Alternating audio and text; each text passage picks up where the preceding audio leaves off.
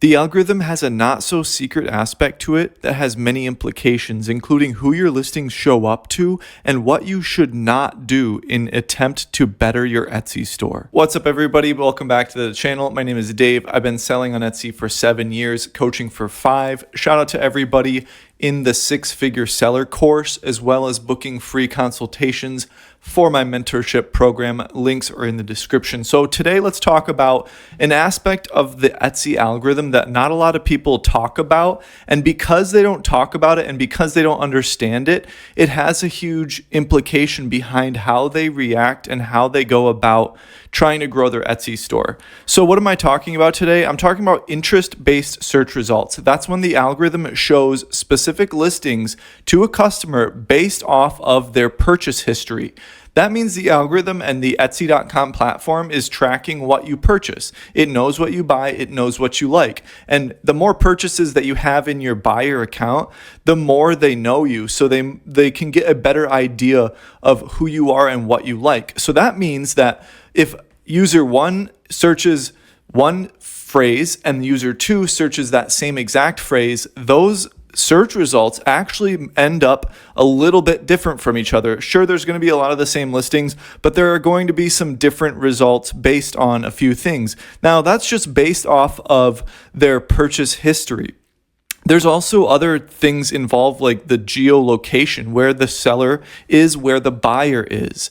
But that's another discussion in itself. Today, we're talking about the interest-based search results. So what does this mean? That means a few things. Number one, that I see this happen a lot with my students, that a lot of students and a lot of Etsy sellers in general, that you could be one of these people, is that you go out looking for your listings across the internet or on Etsy.com. You go out looking for your listings. Oh, where am I ranking?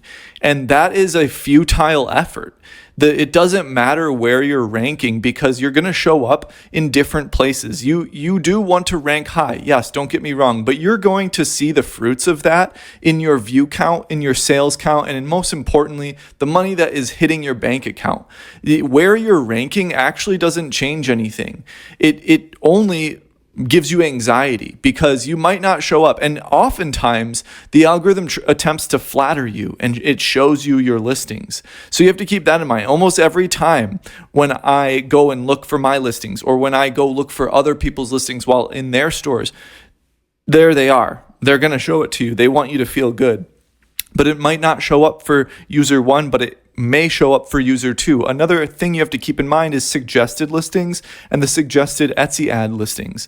Those are all over the place as well. So you're going to get views not just from search results, but through suggested listings. And that's how they kind of spread the impressions and potential views across Etsy.com, because otherwise it would be a seniority contest, and only the bigger shops would end up landing on that front page. So they do have to give newer shops some views, and they do that a lot of the times through suggested listings. So because of interest-based search results, you really don't have to go and stress out about looking for where you're ranking, because what are you actually going to do when you find your listing? Let's say you find it on page 3. What are you actually going to do? You're just going to say, oh, you're either going to be happy or you're going to be sad, and that's the end of that. And you are going to draw a conclusion. Also, more importantly, you're going to draw a conclusion about whether or not you're doing good. I'm doing bad, I'm on page 4. Or I'm doing great, I'm on page 1. Okay, what do you do after that? Do you make any meaningful changes based on that information? No, you should not be basing your, decisions off of that information. You should be basing your decisions off of views, sales, and statistics, not where you're ranking. So because of interest-based search result, the algorithm showing customers products they're likely to purchase, then you don't need to go looking for your listings on rankings. And this has a second implication as well. That was the first one. This is the second one. It's that the more sales that you do have, the better the algorithm can show your listings to new customers. Because outside of Etsy for a moment, if you advertise outside of Etsy, any advertising platform has a tracking pixel that you install on your website so that it can register information about the people who come to your website, whether it's a view, an add to cart, or a sale, stuff like that. And they build that data up, and it helps the ad platforms show your ads to more people that are similar to who have purchased. And they know they have purchased because of the tracking pixel on their website, okay? So the same concept is happening on Etsy.com, but a lot of Etsy sellers don't realize that because it's a different world. Etsy.com is a different world and a different beast in terms of e-commerce compared to having your own venture on a standalone website and purchasing paid content, paid ads to drive traffic to it, or doing social media. You can essentially exist on Etsy.com all by yourself and do all of it on Etsy with no social media. It's very possible. Lots of people do it.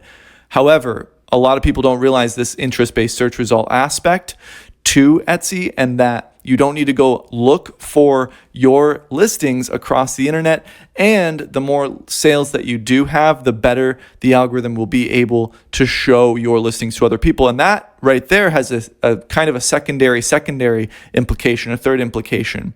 And that is, if you're trying to start a brand new store, those sales help the algorithm show you to likely buyers. And if you're trying to sell anything and everything, and you like, I talked about this in my previous video, maybe the video before that, and I talk about this a lot in my courses, is that if you're trying to be a Dollar General, the algorithm is going to have a hard time figuring out who the heck you are. So if you're print on demand, you want to start with 1 to 3 niches that are kind of similar to each other. If you're handmade, you want to start with 1 or 2 items or products that are within the same like niche or category. If it's jewelry, then you just do jewelry. Then you can branch out. I don't really like to branch out from jewelry, but you get the point. If you have a hodgepodge store, you're going to have a tough time. It's easy to have a hodgepodge store with a ton of sales and a ton of momentum, but you have to start and gain momentum first. Okay, so that was everything for today. Check the description for helpful links, and I would love to help you hands-on in your Etsy store. You can book a free consultation call in the description below. I'll see you in the next video, and I hope you have a beautiful day.